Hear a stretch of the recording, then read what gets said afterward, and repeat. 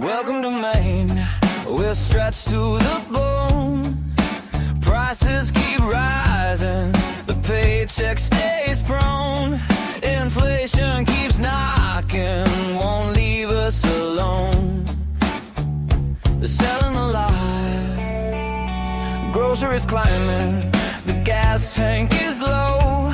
The bill's hitting harder than snow, but silence still blankets the truth. Where does it go? They're selling the lie.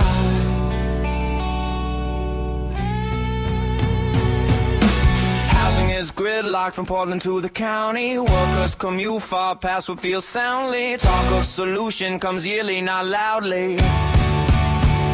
They're selling the lie.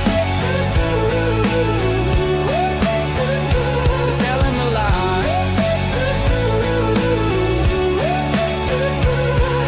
Say every voice counts, but watch who gets lifted. Some stories vanish, some get the spotlight shifted. Depends on what trends and what keeps them gifted. They're selling the lie.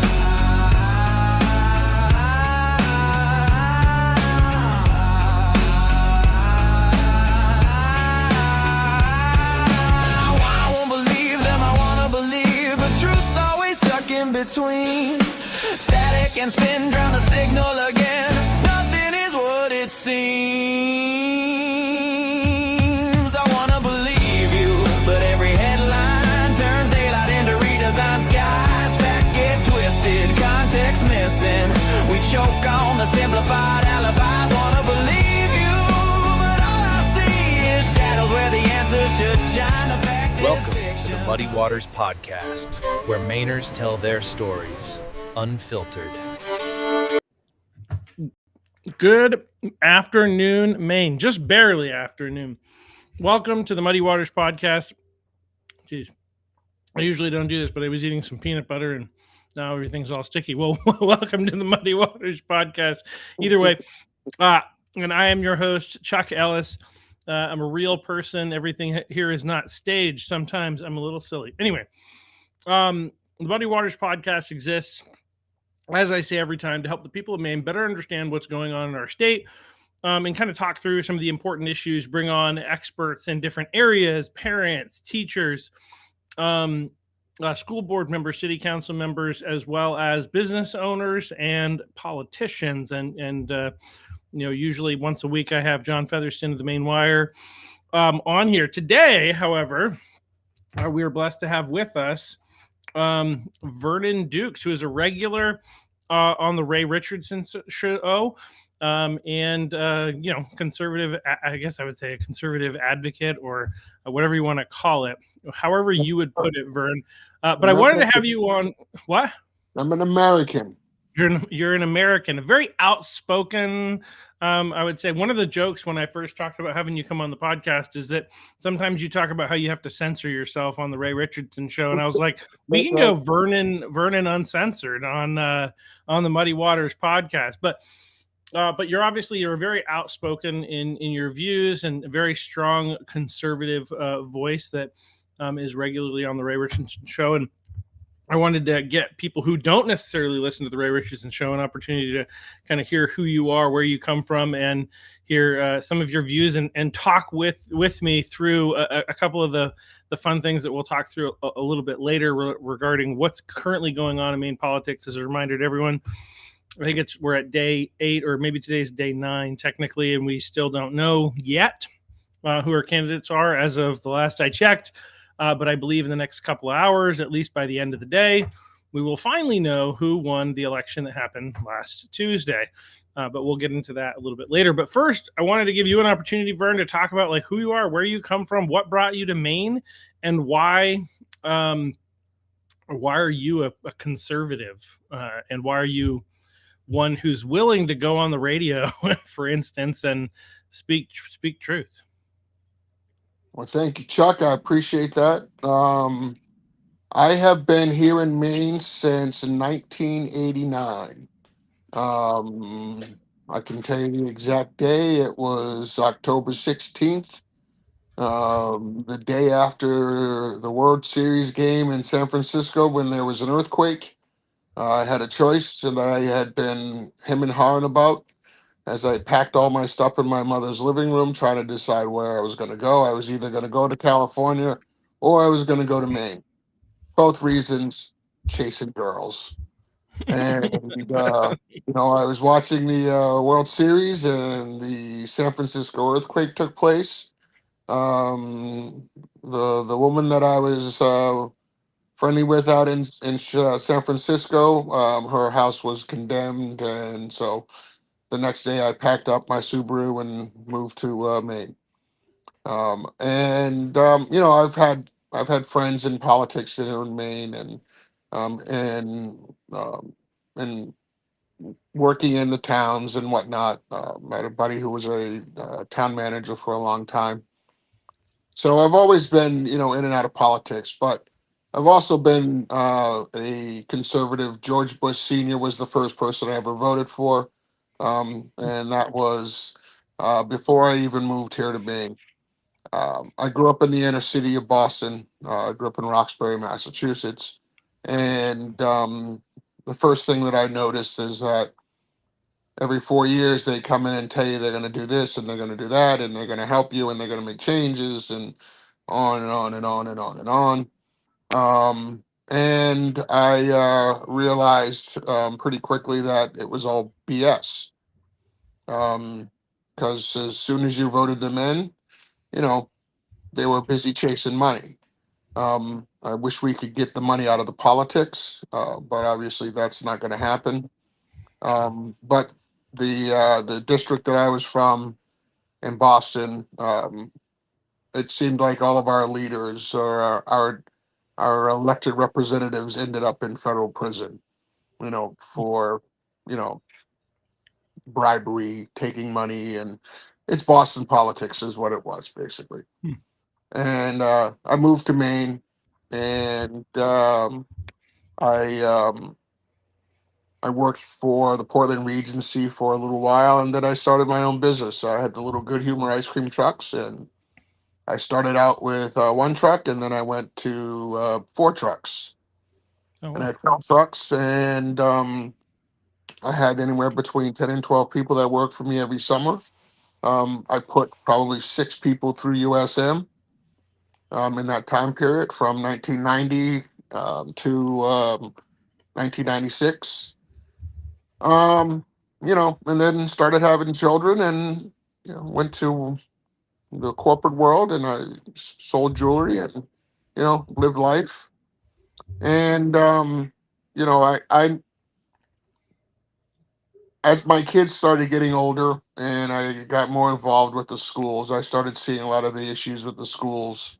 We homeschooled our girls. My son, we put him in private school. I mean, in public school. And then my wife at the time immediately banned me from going to the schools because I had no patience for teachers that didn't give a damn about the children. They just cared about themselves. And so I, I caused a little trouble in the elementary schools and scared a few people. So my wife said no more. You cannot go back to the schools. And then she went after him, which was worse for them because she's worse than I. And so dealing with this just the issues that goes on in the school systems, and so politics weren't really a thing for me because I was too busy trying to keep my family fed and doing my thing. Um and then life happened, and I lost my job and I went back to being self-employed. Um, and I had an assembly business and I built things. We did all of the Home Depots and the Walmarts, and we built grills, patio furniture, and all that stuff. And in the summer times, what I did was I would hire guys in recovery, um, and I'd put 4 or 5 guys to work every summer. Hmm. And you know, so I've always been an entrepreneur in that sense. I've worked retail management for over 25 years or so. Um, and then I became a truck driver. and I, started driving truck. And one day I was in New Jersey, and I was listening to the Ray Richardson Show, and me and Ray have been friends for about 36 years, and so I'm listening to the show, and there was some. This is during COVID, and there was some really ridiculous people saying some really ridiculous things. And so one day I just called in and, you know, spoke my mind. And next thing you know, Ray's like, you got to call back. You got to come back. You got to. And it went from, just calling in every other Monday to calling in every Monday to, going into the studio. And here we are, what, 4 years later, 5 years later, whatever it is. And I consider myself just your average Mainer. I might be a little more educated in the politics side of it, but only because I took the time to educate myself about these things. And that's, I think, part of the problem with most people today is we're busy with everything else and we don't educate out things. I'm a firm believer that if you're gonna sit around and talk about things, then talk about the fact that people aren't doing things. Then you better be doing things. So besides talking about things, I've gone out and I've gone to school board meetings. I've spoken out at school board meetings, and I don't I don't I don't go out to a school board meeting to speak as a conservative. I go out to a school board meeting to speak as a concerned parent, as a father who raised three children, and I know that the way I raised my children, I think it was a good job because my kids are all doing very well for themselves. And the way I look at it is, if your kids are doing better than you were, you're at their age when you were their age, then you've done something right. And all of my kids are doing a hell of a lot better than I was doing at their age. So I did something right. And so I want the rest of the kids here in the state of Maine to be able to, have a good education. And it's as obvious as the days are long that our kids aren't getting a good education. They're dumber than a bag of rocks. And even the kids that are, considered the smart kids in our, in our state, are they're not very bright. It just, and I don't understand it. Like, when Harvard University has to have remedial classes, that should tell you something, right? Yeah, that's an indictment on our education system. Exactly. And so, so I really I worry more for my children. I worry for my hopeful grandchildren at some point. I want my kids and my grandkids to stay here in Maine. As my kids always tell me, I am not a Mainer, they are. Um, so, I say to them, well, good thing I let you stay here in Maine then, huh? um, but yeah, it's it's pretty depressing to see what's going on right now.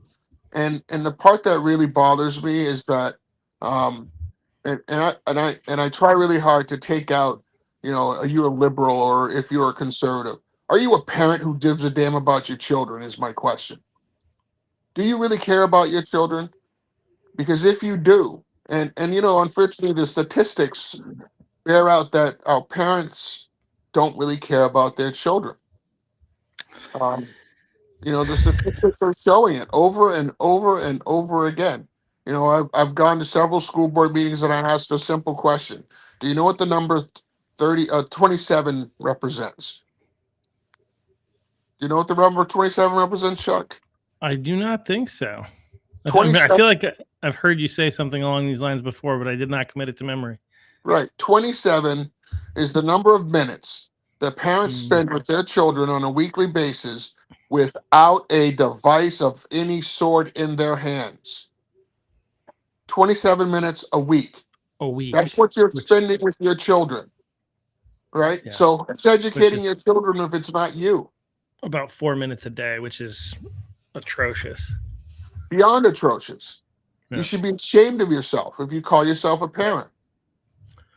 right? Yeah, well, I think it's interesting because obviously, like, parents have so many things, so much more, I think, pulling at them between kids' sports and different things like that. But at the same time, trying to make ends meet, I get those things. But again, where is your priority? Right. That's Well, where you spend your time, where you spend your money shows where your priority is.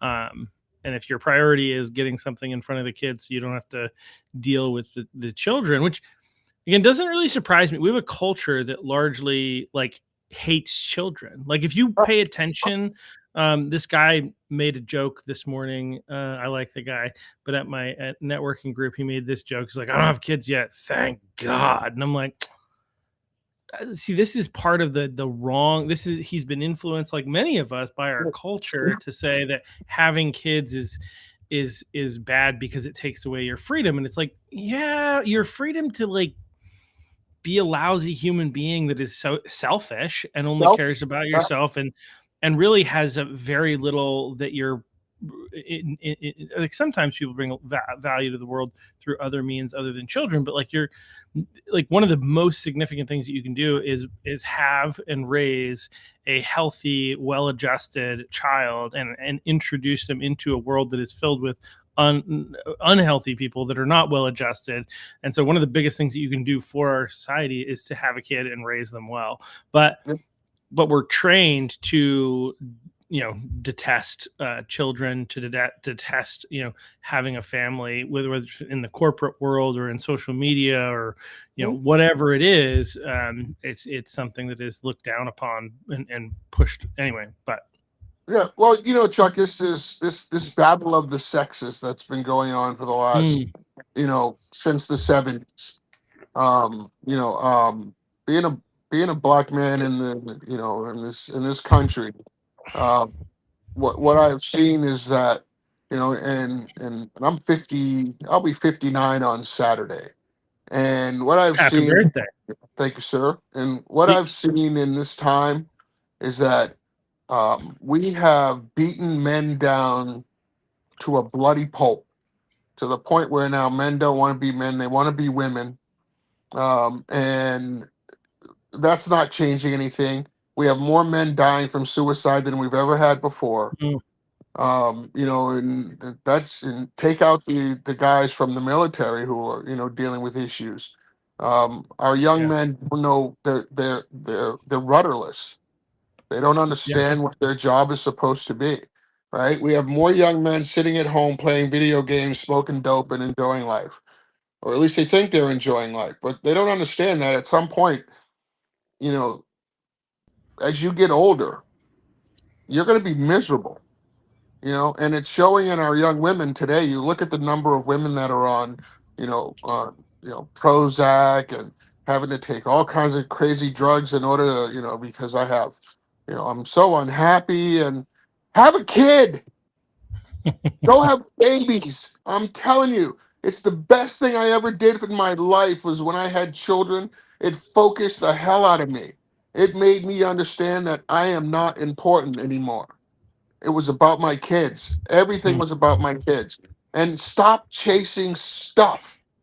We're so busy chasing stuff, and you would have thought that we would have learned this back in 2008 when the economy collapsed. 2007, 2008, when everything collapsed, and the credit card bubble bursted because everyone was so maxed out on credit cards, and the number of people that lost their homes. And yet here we are going right back to doing the exact same thing, right? I mean, we're doing the exact same thing right now, and we're chasing stuff. You don't need, 5 cars in a family. You don't need, you know, um, 2 boats and, 2 jet skis and, all this other stuff. I mean, yeah, stuff is great, but what's more important, the stuff or your kids? Making sure your kids have everything they need. If you took all that money and actually put your kids in the private school, or heavens forbid, you guys take the time to homeschool your own children, guess what? If more people started homeschooling their children or started putting their kids into private schools, the the state schools would start figuring things out pretty quick because they'd lose all that money. And it's always about the money. I think the other thing, I agree with that, by the way. Like, I think in the current environment, like homeschool, like private school, it's hard to find a good private school that I'm not saying it's impossible, but it's not it's not easy. But if you had more of a demand for it, I think we might be able to get some other private schools here, and some better, maybe better quality. But like, I think, right now, I don't know how you send your kids to public school. Like when I brought my wife here from, long before my wife actually got here, when we first talked about getting married, and then when we got married, the conversation was, well, if we have kids, we're not going to send them to public school in the current environment. Like the public schools have to improve so much. Knock off the nonsense before I would ever consider sending my kids to public school. And so, like, we got to figure out how we're gonna handle that. Like, most likely the expectation is it will probably homeschool once we have children. But yeah, I just can't imagine sending your kid to public school. But if you had parents who are actually, like, one of the challenges to the family unit is, again, this idea and this thought that we need all this extra stuff. And so both parents have to work, because we have to be able to afford not a house that we can live in, but an ideal house, and not a car that will drive, but a brand new car. And not, again, when it comes to everything, we make choices. We have to, and those choices cause life to be much more expensive in an already expensive world than they necessarily need to be. And that, that means that you've got, you have to have both parents working in order to be able to afford that. And I think there are some people might think, what are you talking about? Everybody has to have both parents working. I actually know here in the state of Maine that there are a number of families that don't do that, and they find ways to make it work. And it's a matter of so it doesn't work for everyone. It doesn't make sense for everyone. But the real question is, like, what do you value? And is it something that you can make work if it makes sense for you? But one of the things I wanted to, so yeah, I mean, you and I, we could probably talk about education for hours and hours and hours.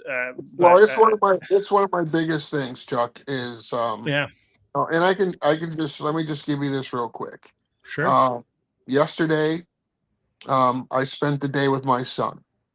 And that was my richness right there. I'm rich beyond belief when it comes to the love of my children. My children love me. I love my children to death. And, to be able to just hang out with my son, and we went fishing, it's the little things. And, the only money we spent was having a couple of drinks and having some dinner. Yeah. And being able to sit and have a grown-up conversation with my 30-year-old son about life. And being able to pass on some knowledge to my son. And, now that I'm not the dumbest guy that ever walked the face of the planet, he actually listens. Right? That's true richness right there.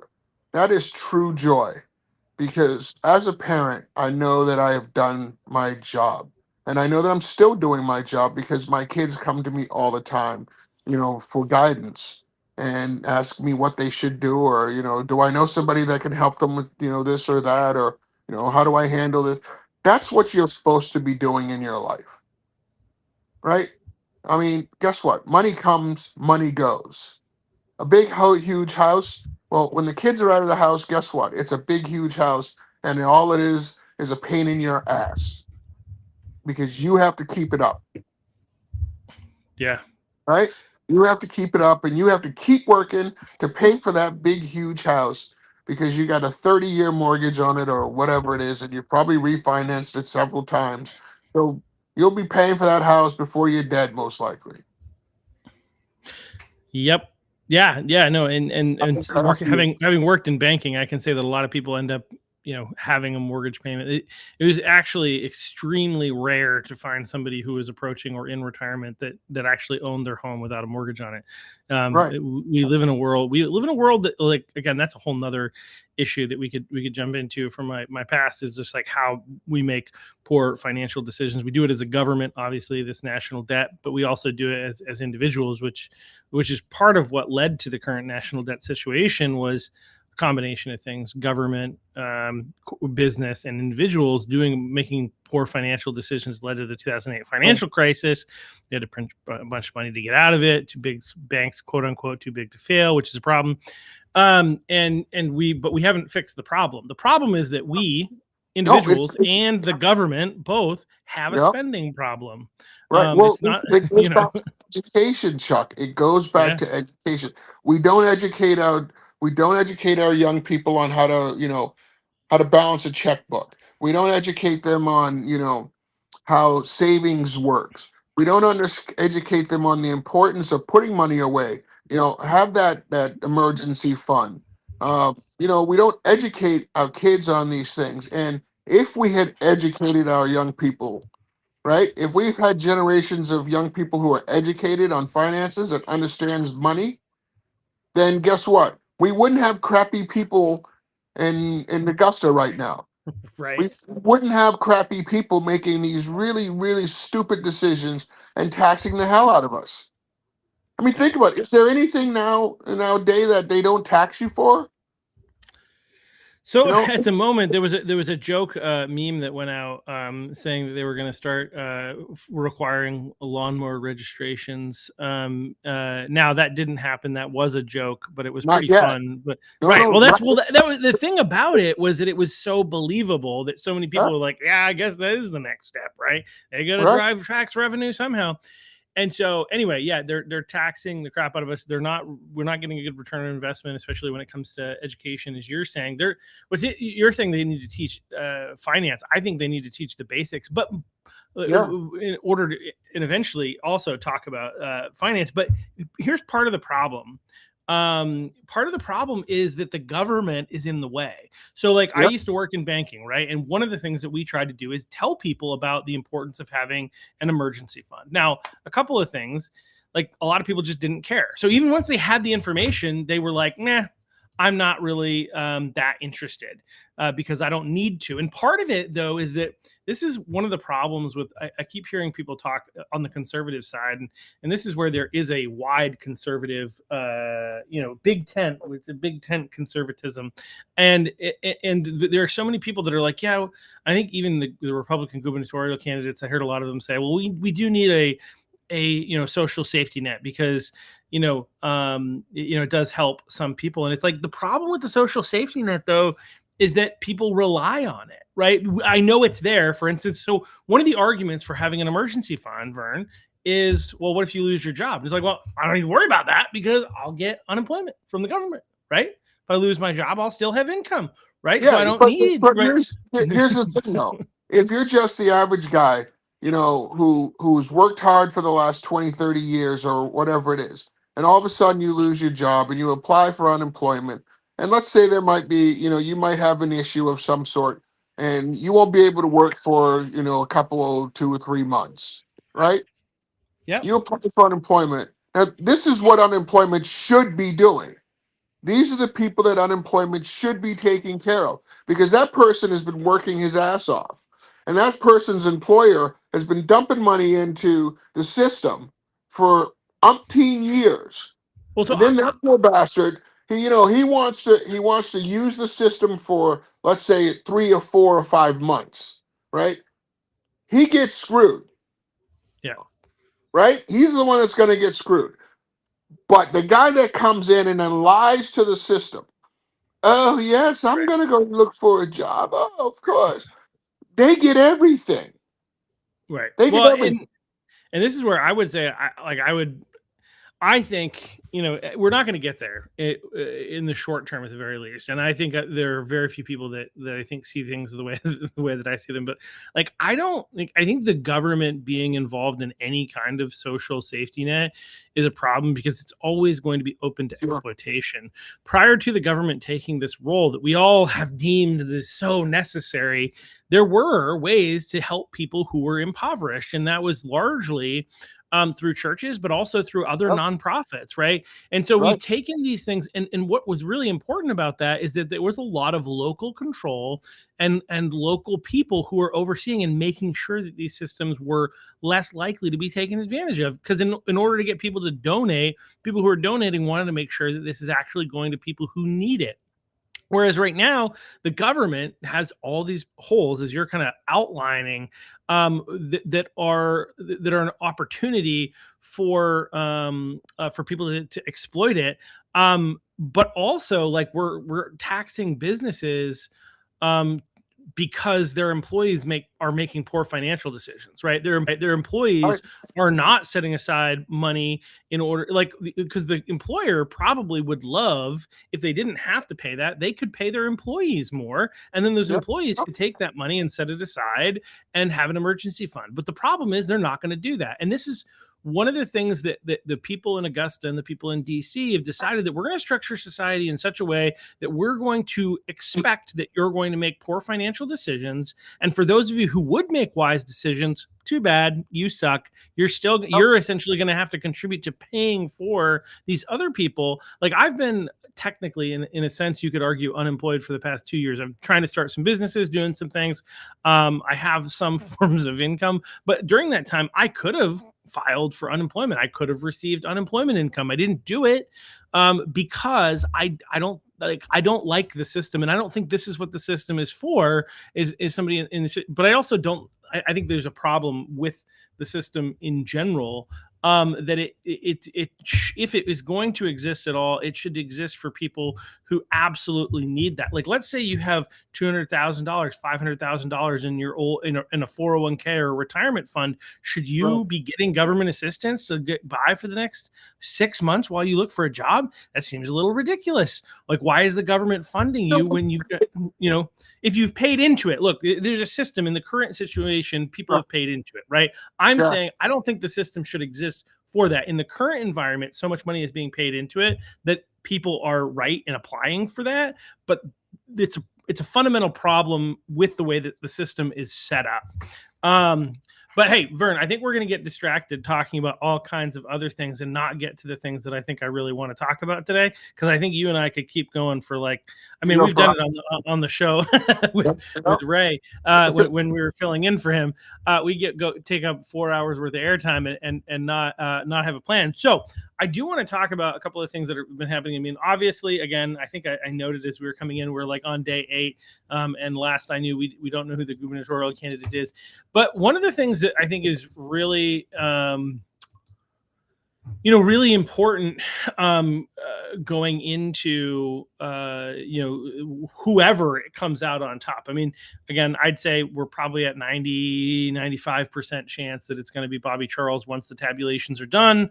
But whether it's Bobby Charles or whether it's Jonathan Bush or whether it's Ben Midgley, I think one of the things it's really important. We live in a state that Trump lost by 6.5%. The best policy president that we've had against the worst presidential candidate in U.S. history. So he lost. That happened here in the state of Maine. We lost by 6.5%. And right now we've got a gubernatorial race where whoever wins on the Democrat side is going to be facing off. We're going to be facing off with them and former chair of the Maine Republican Party and current independent candidate for governor, Rick Bennett, who is a well-known commodity and has access to funding.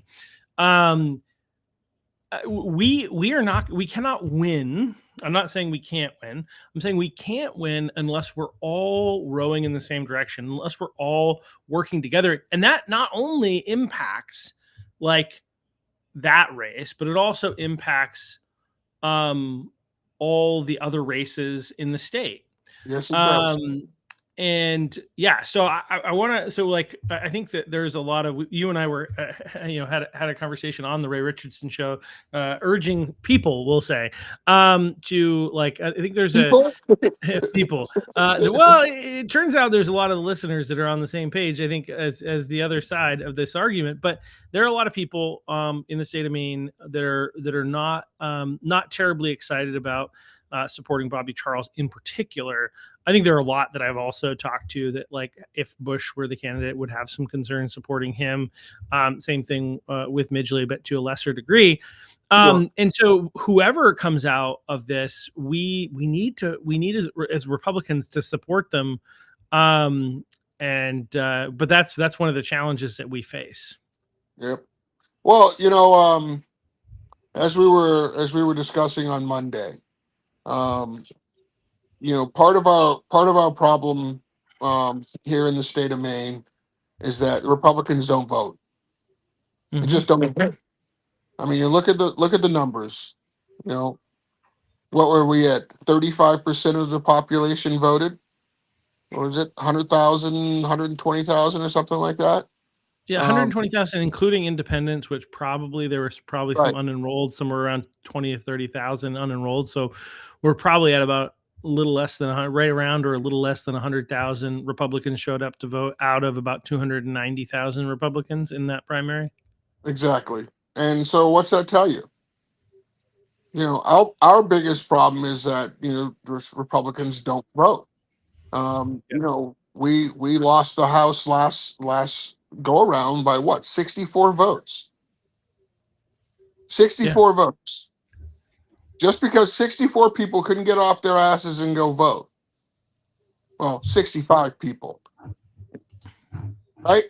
I mean, Yeah. and this is our problem. And I don't blame the Democrats for that. I blame the Republicans for that. We've done a horrible job. As Republicans, we've done a horrible job. Hence, I don't call myself a Republican anymore because the Republican Party has let me down over and over and over and over again. And until you prove me otherwise, I'm a conservative.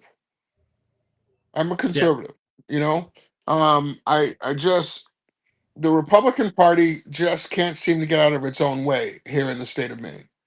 And we elect the wrong people, and when we do elect the right people, we don't support them. AKA Governor LePage. He had 4 years. He had the House. He had the Senate, right? And what did we do? Who was his biggest problem? Republicans. It wasn't the Democrats. It was his own party.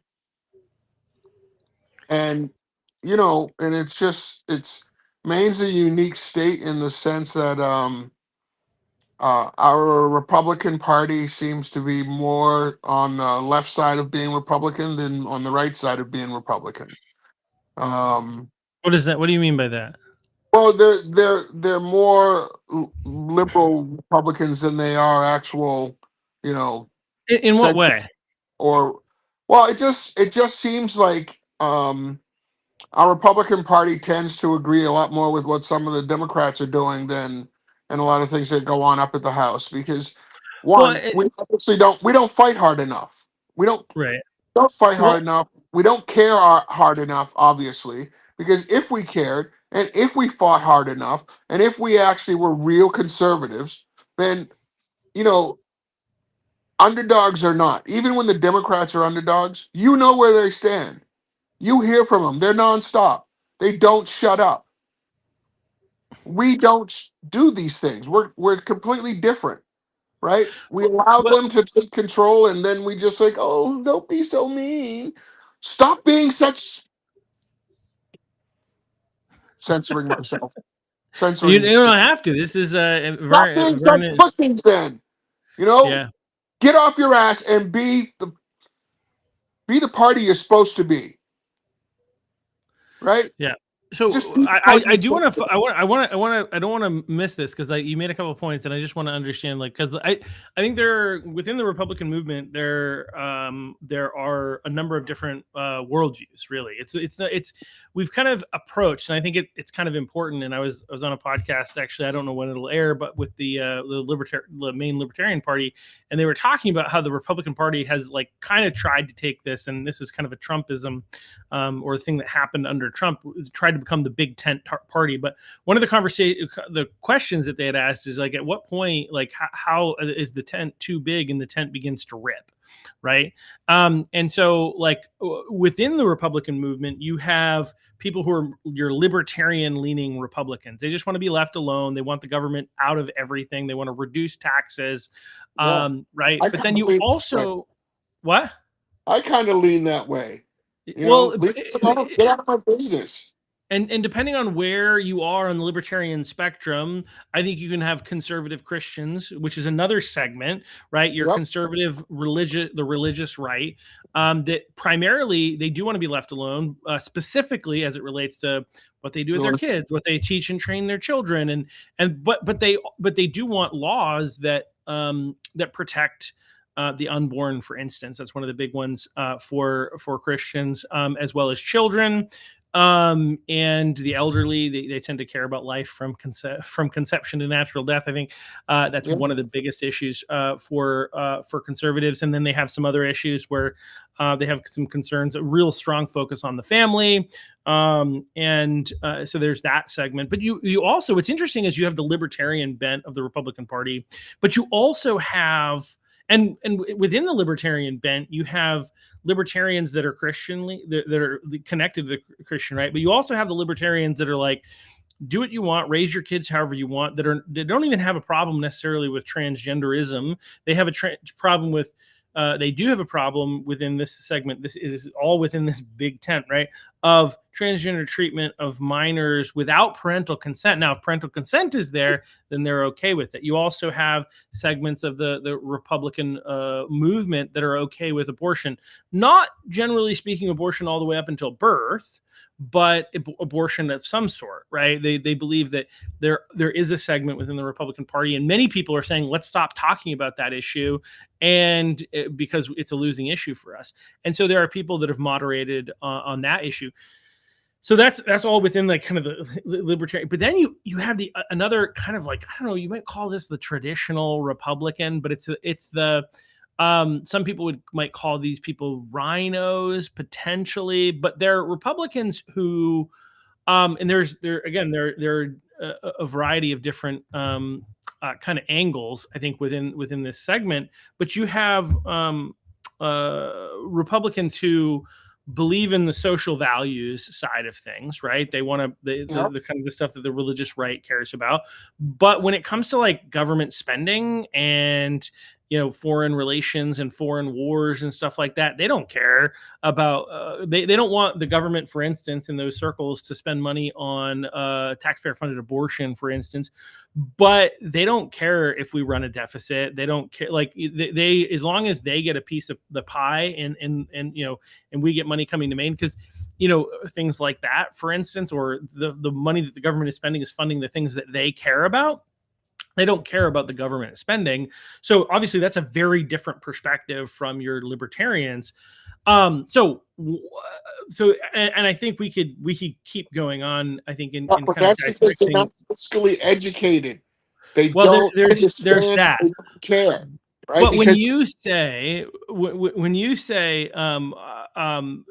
this is where I want to kind of get a sense. When you say that Republicans are not conservative enough on the issues, like what issues are you talking about? Are we talking about the issue of life? Are we talking about the issue of actual fiscal responsibility that we jump into? What are the issues where they're not conservative enough and they're strong in their principles?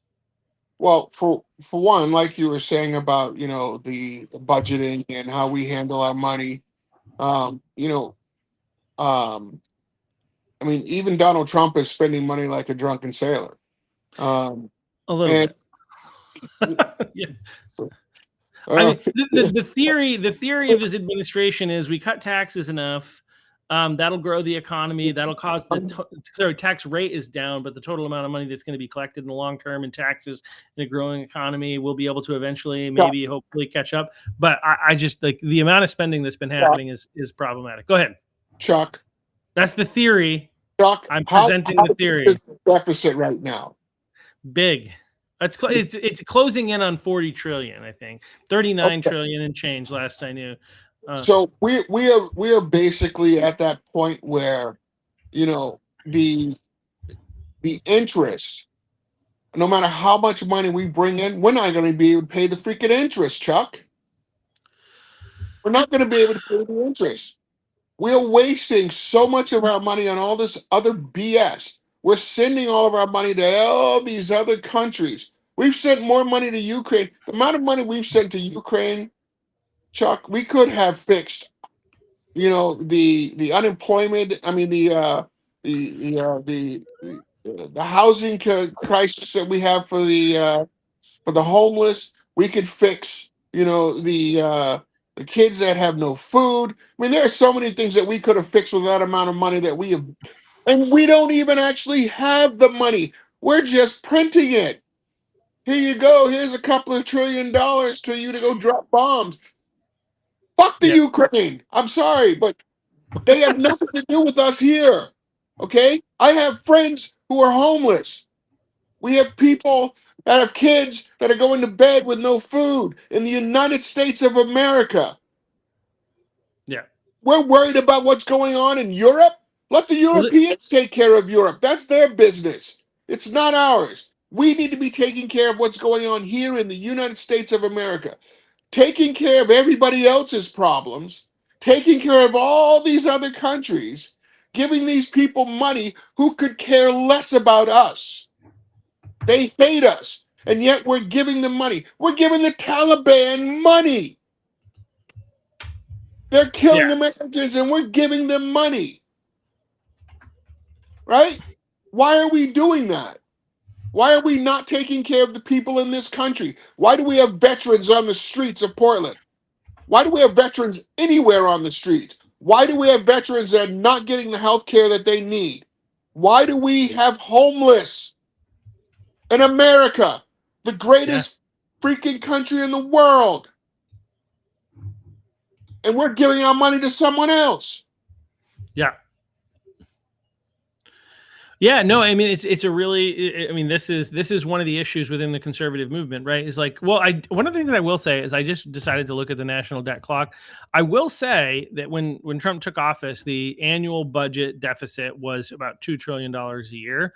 According to what this is currently saying, and I've not audited it, obviously, we are at about 1.65 trillion. So, 1.65 trillion. So look, and I think some of that is a result of Doge and some other things, but obviously growth in of 1.65 trillion annually is a problem. The current amount of I think what it is, I think I saw it here, total interest that we pay annually, I think is about $1 trillion. So anyway, so that's a problem. But either way, some progress, but it is a problem. To me, it's an existential threat to the future of our country. And that's why I think a lot of us think of it as a problem. So again, that obviously is one of the biggest issues is fiscal responsibility. And that's something that we need out of Washington. We need it out of Augusta. But yeah, so what, and kind of, you kind of hinted at this. And so not hinted at it, but you effectively said that part of the problem is like I think one of your frustrations with people in Augusta from our previous conversations is that they don't speak up enough. And a lot of our representatives are quiet. And they're trying to, a lot of them go up there with, I think they have great intentions, but they're very quiet and meek, and they're not willing to speak out. And, by the way, if you're a legislator out there, I'd love to have you as a guest on the show. I've had a number of people and I've reached out to a number. Some of them come on, some of them haven't. But I think like speaking to the people, I think is really important. And that's part of the purpose of this podcast, is to give that kind of platform to anybody within our movement. And I'll actually even interview other people, because it's actually about, educating people on what's actually going on. We can hear from multiple perspectives. I'm fine with that. But one of the arguments, I think, to your point about what we need to do to be more effective to win, because there are a couple of different theories, and some people are going to look at this and say, okay, he's an idiot, but that's fine. And one of those theories about like how we win is that we need to moderate, right? And I think to your point, like there's a lot of people within the Republican movement that have shifted too far to the left within the Republican movement. Rick Bennett eventually shifted so far, he's effectively a moderate Democrat, and he left the party, but and like literally voted Democrat in the primary, which is great for. Wait a minute. Isn't Rick Bennett, won't he get the support of Bernie Sanders if he wins the Democratic nomination? Rick Bennett is a independent. Yeah, but isn't Bernie also a fan of his? I know Bernie's a fan of Troy Jackson. Oh, Troy Jackson. I'm sorry, I got those two confused. Yeah. No, you're fine. But Rick Bennett is the former Republican chair of the Republican Party who's running as governor as an independent. But he voted in the Democrat primary. But anyway, so like we've moderated a lot, I think, within the Republican movement. Some people would say this. Now, again, I think in order to win, we need to unite with anybody who or bring people in if is for basically anybody who's opposed to what's going on in the radical left, because we have to defeat that. And then once we've defeated the radical left, we can fight about where exactly on the spectrum of conservative to liberal we are, because the stuff that they're doing is like communistic. It's destroying human beings and a number of things like that. So I think that's really important. But there's an argument. There are two different arguments. One, the reason that we don't win Maine is that we don't present the right, like more moderate enough candidate. And this is where the people who have these views would have supported your kind of Jonathan Bush and Ben Midgley for governor, right? Because they're conservatives. They're very fiscally conservative. Maybe on some of the social issues, they're a little bit more moderated, right? But they're fiscally conservative. And so some people argue that is capitulating to the left, and that type of behavior is actually why we lose. This is the argument that some people make in the Republican movement, and that's why you need a really strong conservative. And they would point to, in this case, they would put either there are a number of candidates that you could go into this, but obviously the front runner in that area was Bobby Charles. And so, I think it's interesting because I think depending on the situation, like if you're in a different area, I think that it's definitely true that you need a really strong conservative and you can win and unite people and be very clear about the difference, I think, between what the Republicans and the Democrats offer, which I think we can still do regardless of who those candidates are. But yeah, so there's the argument. What do you think about that? Like that maybe we just need more true conservatives that are willing to say and be open and honest in public about the fact that, for instance, they're pro-life and that they're fiscally conservative and they're socially conservative, and that with that kind of an approach, but they have a libertarian bent, that we can win a statewide election in Maine. Well, you know what happens if you have somebody like that, Chuck? The Republicans go after him. The Republicans beat them up. The Republicans ruin them. Not the Democrats, it's the Republicans. We have to fix our party. We have to fix this particular party before, we can actually put up a great candidate, that's, could actually do what's right for the state of Maine. And really, when it comes right down to it, we have to have a candidate that it really doesn't make a difference if they're a Democrat or a Republican. I want a candidate that gives a damn about the state. I want a candidate that really cares about the actual Maine people. I want a candidate that understands what it's like to sit down at the dinner table and say, okay, I have X amount of dollars in the checking account this week, and I need to buy dinner. I got to buy food for the week. And do I pay the phone bill or do I pay the electric bill? Because I can't pay them both. I need somebody who understands that, because that's what most Mainers are dealing with. That's the kind of stuff that the average Mainer is dealing with. How am I going to pay my bills at the end of the month? Which bills am I going to put aside so that I can pay my bills? Yeah. I mean, the average Mainer is putting all their bills on credit cards right now. That shouldn't be happening, Chuck. Yeah.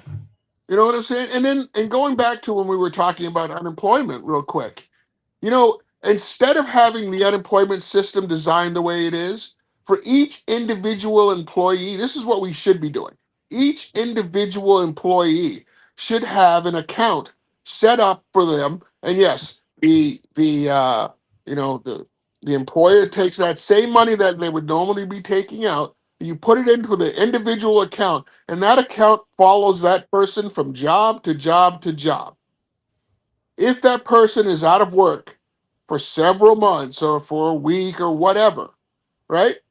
Look, this is how much money you have in your account. How much would you like us to give you each week? And how long would you like to do it for? Make them accountable for their unemployment money, right? Make them accountable for it. And then the individual can decide, okay, I'm going to take X amount of dollars each month so I can pay my bills.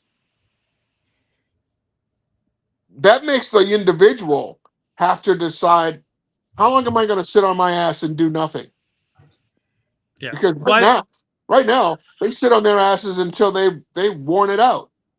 I think we've become so lazy as a people that we trust the system and the process, and we don't take any responsibility for ourselves. Like I know of people who are like, oh yeah, I got laid off from my job and I'm going to start looking for work, but for now I'm just going to enjoy unemployment for a while, right? Sure. And like they do the things that they need to do to legally, get around that, but they're not really seriously actively looking for work. They're at the very least hoping that they don't get it, which is like a huge problem in the morale and the moral ethic of our society that we've allowed that. But yes, I think giving more control, and that's where I say, like, I just say give them all the money, like eliminate the program, let people save their own money, make them set it aside, and they can figure out what to do when they're in a crisis and learn their lesson. We have to do that. We have to do that type of thing also with big businesses that are quote unquote too big to fail. But yeah, so I want to go back to like this whole thing. So there's a lot of people who I think are wanting to are suggesting that if it's one of these candidates that they won't support the candidate.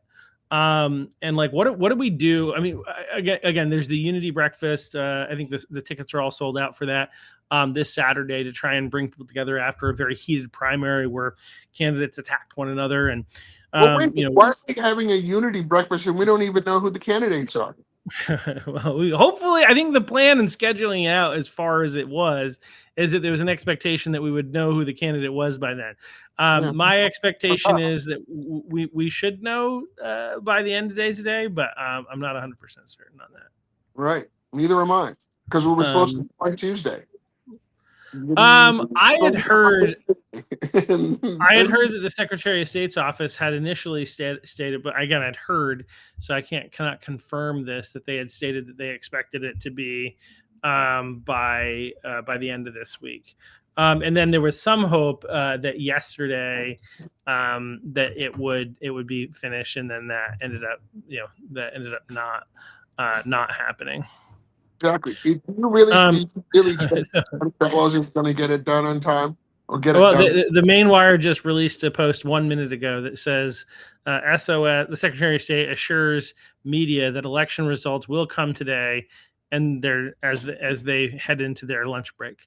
They wanted to make sure we all knew that. So anyway, supposedly, again, they're signaling again that we'll have it by today. So hopefully, because tomorrow's Juneteenth, and so they will not be working. So if they don't get it done today, we will be waiting until Monday to find out. So right, it's just, first of all, why are we why are we like a week later and we don't have any idea of what's going on and out? Like, it's just so ripe for fraud.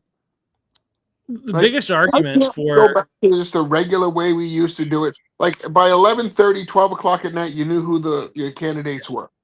Yeah. Right? I'm a firm believer in the KISS philosophy. Keep it simple, stupid. But man, we got some really, really stupid people these days running government because we're trying to find even hardest possible ways to do everything. Everything. Yeah. And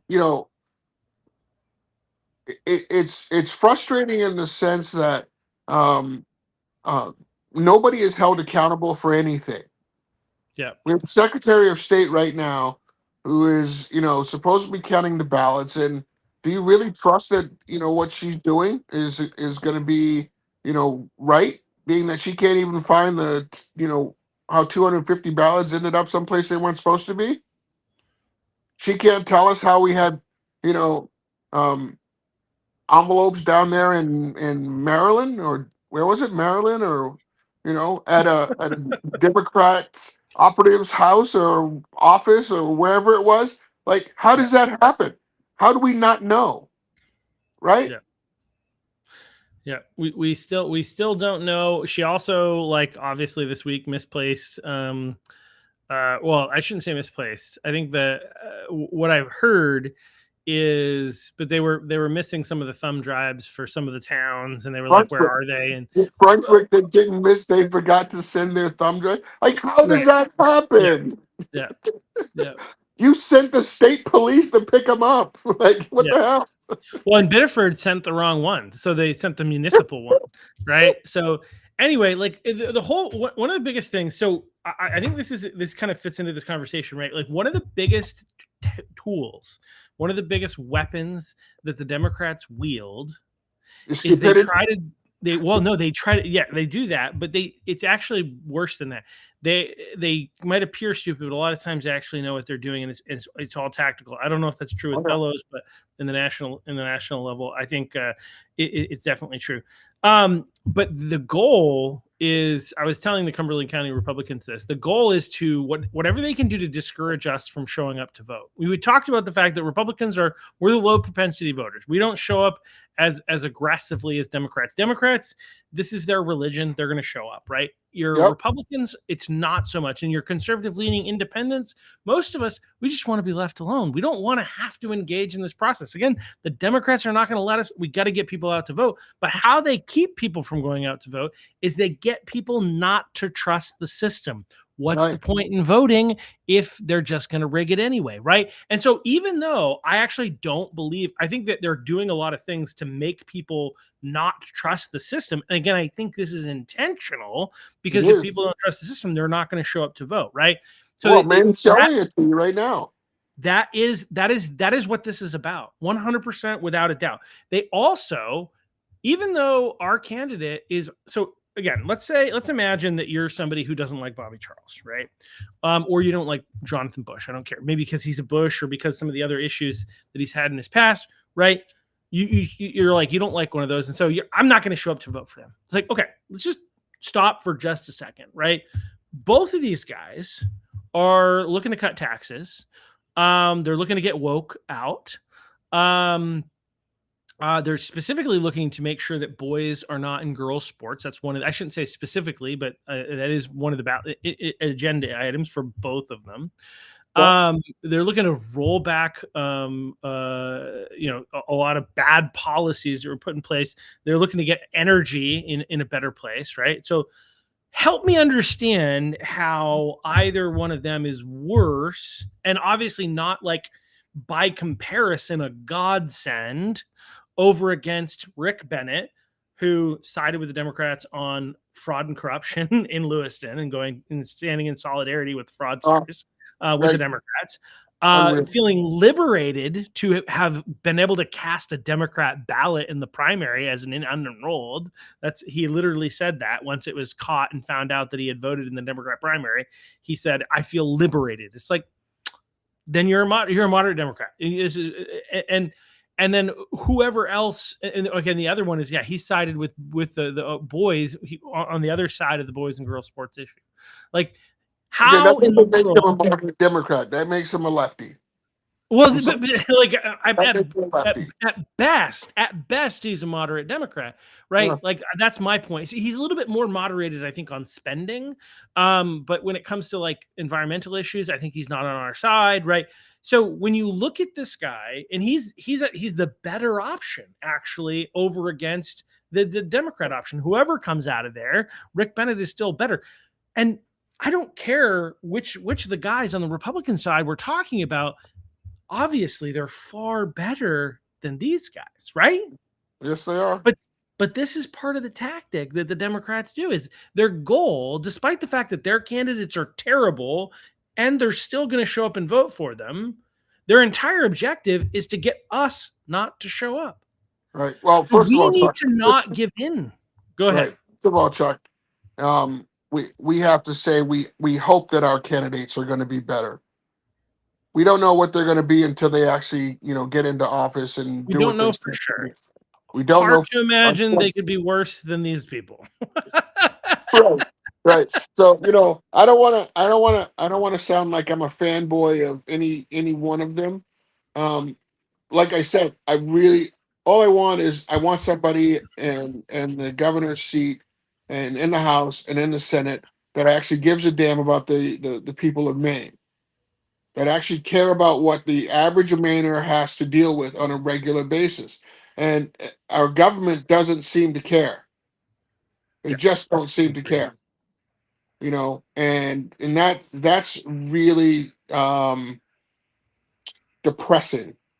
That you know we're allowing these people to make these decisions, and you sit and you look at the number of they're taxing your freaking Netflix. I mean, come on, really? Like, Yeah. this- how about you just fix the problems first before you start taxing us more? Solve the fraud issue before you start taxing us more, right? Yeah. Show me you actually care about me as a Mainer, as a guy who's worked the last 30 plus years, 40 plus years, and show me that you actually give a damn about me. Show that you care about, that that that farmer over there in New Gloucester, right up the road from me, who votes Democrat, but yet he's worried about the exact same thing I'm worried about, right? My electric bill is ridiculous, Yeah.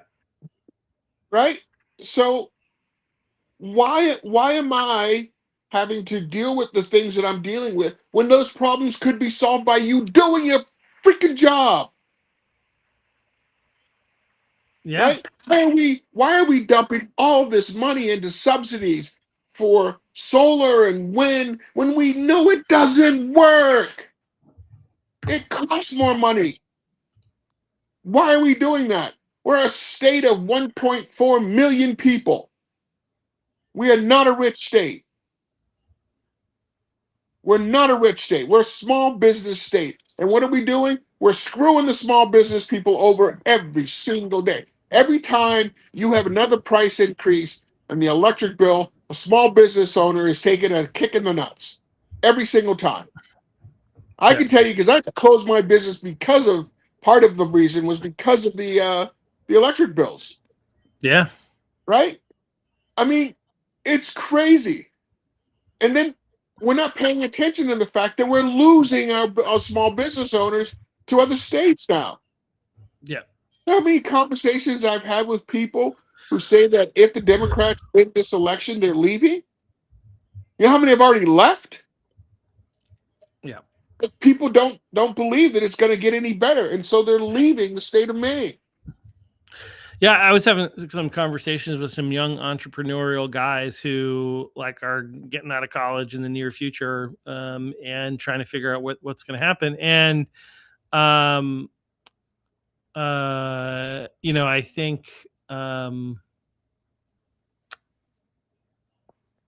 yeah, I think it's hard. If you're starting out your life and you're like trying to figure out where to be to get the best start that you possibly can, it's hard to argue that Maine is that place. Now, I do think there's an argument for being here and trying to create something and trying to fight for something, not just make money and get a start. But it's hard, and that's the kind of the question that they're wrestling with, and I think they're planning to try and find a way to do it here, but it's hard. They might not be able to because the opportunity may not be here. The opportunity may be elsewhere, and yeah, it's really challenging to live here in the state, which is why we got to get one of the reasons I think it's so important. I keep harping on this is like we need everyone rowing in the same direction at every level in order to win as much as we possibly can. Maybe we don't win the governor's race, right? But if we're not supporting all of our candidates, we come across as a less unified front. The Democrats, now, we don't want to adopt absolutely everything that they do because I think that they're morally corrupt, right?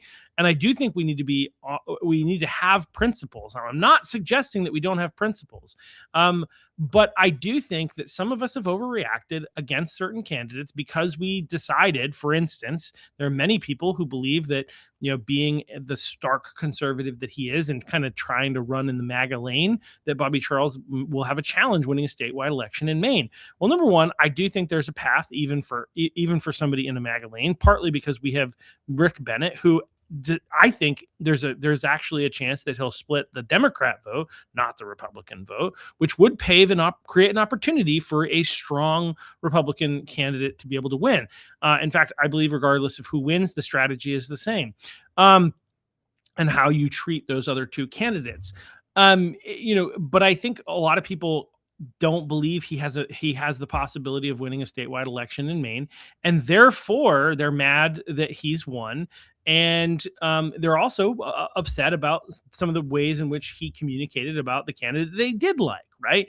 And so because of that, they don't want to get out and vote, and they want to, for that candidate or work for that candidate or help that candidate or whatever. Again, I think all those candidates are much better than the other side, even if you want to agree with that statement. I don't think Bobby is a bad guy for sure. I also don't. I do think that he. I think that even if you agree with that assessment of how difficult it is for somebody who is in the MAGA lane to win a statewide election in Maine, which I have questioned, mostly privately because I didn't want to play in the primary. I didn't want to get involved in that process, but it is a question that I asked. But I do think that it is possible. But it's not going to work, and we're going to have a hard time winning the House. We're going to have a hard time winning the Senate. We're going to have a hard time potentially making sure that Susan Collins gets reelected if we sow doubt a seed of doubt in one of the biggest factors that's going to drive out the vote in November. Right, the gubernatorial candidate and the senatorial candidate. Those are the two main driving factors that are going to get people out to vote. That and obviously our local candidates and doing everything that we can there. But generally speaking, people show up for the big stuff. They're not as likely, especially on the Republican side, to show up for the small stuff. So if we sow a seed of doubt in one of the biggest, most important races in our state, it's going to harm, I think, the voter turnout. And we need to, we need to do everything we can. That's why I called this row in the same direction. I think it's so important for us all to work hard for all the candidates, because it's not like, I don't think you have to sacrifice any kind of integrity in order to support any of whoever comes out of the Republican primary, whether it's Bush, Midgley, or Bobby Charles, most likely Bobby Charles. I think sometimes the rhetoric that we adopt and the things that we believe when we're fighting for our candidate is not right, and we need to kind of walk that back. But anyway, what are your thoughts on that, Vern? Hold on one second. I had to change the voice. Oh, There we go. there we go.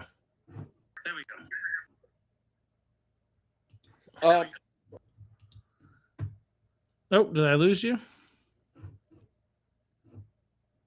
Vern, you there? Yeah. Yeah. Yeah, I had to switch the device. I don't think I have video, but you don't have video? No worries. No video at the moment. That's all right. We can do your final thoughts, and then we'll move on, and we'll survive without video for that. Well, Chuck, um, if we as conservatives in this state um, don't get on the same page, like you said, rowing in the same direction, we're just going to keep losing. And unfortunately, it doesn't look like we as Republicans, or in my case, conservatives, um, we haven't gotten on the same page. Right. And we have to get on the same page. We really do have to get on the same page. And if we can't do that, then my kids are going to start talking Nope. about moving to New Hampshire, are going to leave the state of Maine, and Yeah. it's just going to get worse. Because I don't know if you people have realized this yet, but the socialists are on a rampage. They are stomping through the United States, trying to take over, and because they've been poorly educated, they don't understand what really socialism and communism is all about. Okay, Yeah. and we've spent so much time as Republicans and conservatives chasing money. Since the '80s, all we did was chase money. We didn't pay attention to what was going on in the social side of the world, and here we are. The leftists took over our schools. They took over Hollywood, and they have been educating your children socially. They've been educating your children in the schools, and to the point now where our kids can't read and write, but they know the difference between the 18,000 different genders there are out there. Like, at what point are we going to get our heads out of our asses and realize that this is a real thing? It's not a joke. They mean business. They want to take over. Right? We have 5 major cities in the United States of America that are run by socialists now. Yeah. New York, Chicago. Right? We can always might as well say, Hollywood, California. Los Angeles, all of California. all of California, right? Oregon. Yeah. Seattle. I mean, think about these places that we have these people, and they, some of the rules, like, look at what they're trying to do in Oregon. Did we talk about this on Monday? They want to ban hunting and fishing and farming in Oregon. Farming? Yeah, because it's not nice to the animals. Oh gosh, yeah. We'll go look up the 120 some odd 20,000 people. Chuck. Wow. Yeah. So, well, that's yeah. Right? Yeah. Wild that this is the place that we're at, but that's why it's so important for us to be involved and get educated and learn and understand. I mean, the idea that some of those things are happening out and they're going to ban those things, hunting, fishing, farming, etc. Like, it just shows how what they will do with power. I think one of the critiques that you've had and a lot of people have had of the Republican Party is that we don't do enough when we have power. And one of the reasons that's such a critique is because of how much the Democrats do when they take control, and they will do wild and crazy things. And that's like, we're living. And I think part of what we need to do is wake people up to the reality of what they're trying to do and what they've already done. I mean, transgender treatment of minors, first of all, is crazy. Is right in front of you. Yeah, it's right in front of you. Yeah. Energy prices, all these other things. Yeah. Go walk, markets. Try to go 3 blocks and not find a homeless person, sprawled out on the street, or shooting up in a doorway. Like, this didn't happen 10 years ago in Portland. I used to love going to Portland on on a Friday, Saturday night, or whatever, and having a good time. I don't go to Portland anymore. I don't. I mean, I had some spots in Portland I really liked to, and I enjoyed going to, but I don't waste my time going into Portland anymore, right? But it's Right. not just Portland. We have this going on in every single city in Maine now. You have it in Bangor, you have it in Lewiston, Auburn, you have it in Augusta, right? Needles all over the streets. Yeah. This is what the Democratic Party has brought you. Yep. This is No, what they you're brought absolutely right. Yep. And if you're not freaking smart enough to see that, then that's on you. You chose about it. You let it happen. Well, I mean, and more to the point. So I think sometimes this type of rhetoric is what discourages people from getting involved. We do need people to get involved, and I do think I definitely hear where you're coming from. Sometimes we also need some tough love, but we need people to get involved. We need people like the things that need to happen. I think this is part of the problem. Is that a lot of times people will be willing to complain. They'll talk to their friends, their neighbors, that already agree with them, and they'll bitch and complain about what's going on in our world. To some degree, but they won't show up and vote. They won't get involved. They won't help. And like the reality is, like, we don't win unless we help. And so we need people. Please get involved. Reach out to me if you're interested in helping in any way. I'd be happy to direct you to the closest person that can assist and stay involved and make sure you get an opportunity to assist, because we do need more people at so many different levels. We need volunteers to go door to door. Obviously, we need candidates. I mean, so there are some school board races that are probably coming up that we need school board and city council people in different candidates, I should say, in different towns. So we need more people to get involved. This is I wouldn't say that I do think this is a really important election year. It's not the only important election year. There will be more in the future. But I do think that it's going to be very impactful what happens in this election cycle. And so I just encourage people to get involved because it is crazy. I think this election, Chuck, is going to be very, very telling about where the state of Maine is going in the next 10 years. I would agree. We generally tend to elect a governor for twice. So whoever wins the governor's race will probably be the governor for 8 years. So yeah, I would agree. That is correct. And if that's the case, if the Democrats win, I am pretty sure that the state is going to take a really bad turn, unfortunately. Yeah, I mean, that's the concern, and that's why, we've got to we need your help. So, all right. Well, thank you so much, everybody, for watching. Oh, sorry. Thank you, Vern, for taking the time to come on. I really appreciate it. We'll see you back here probably next week. I don't think I have any others planned this week, so we'll see you back here next week. And thanks again, Vern. Thank you for having me, Chuck. Appreciate you.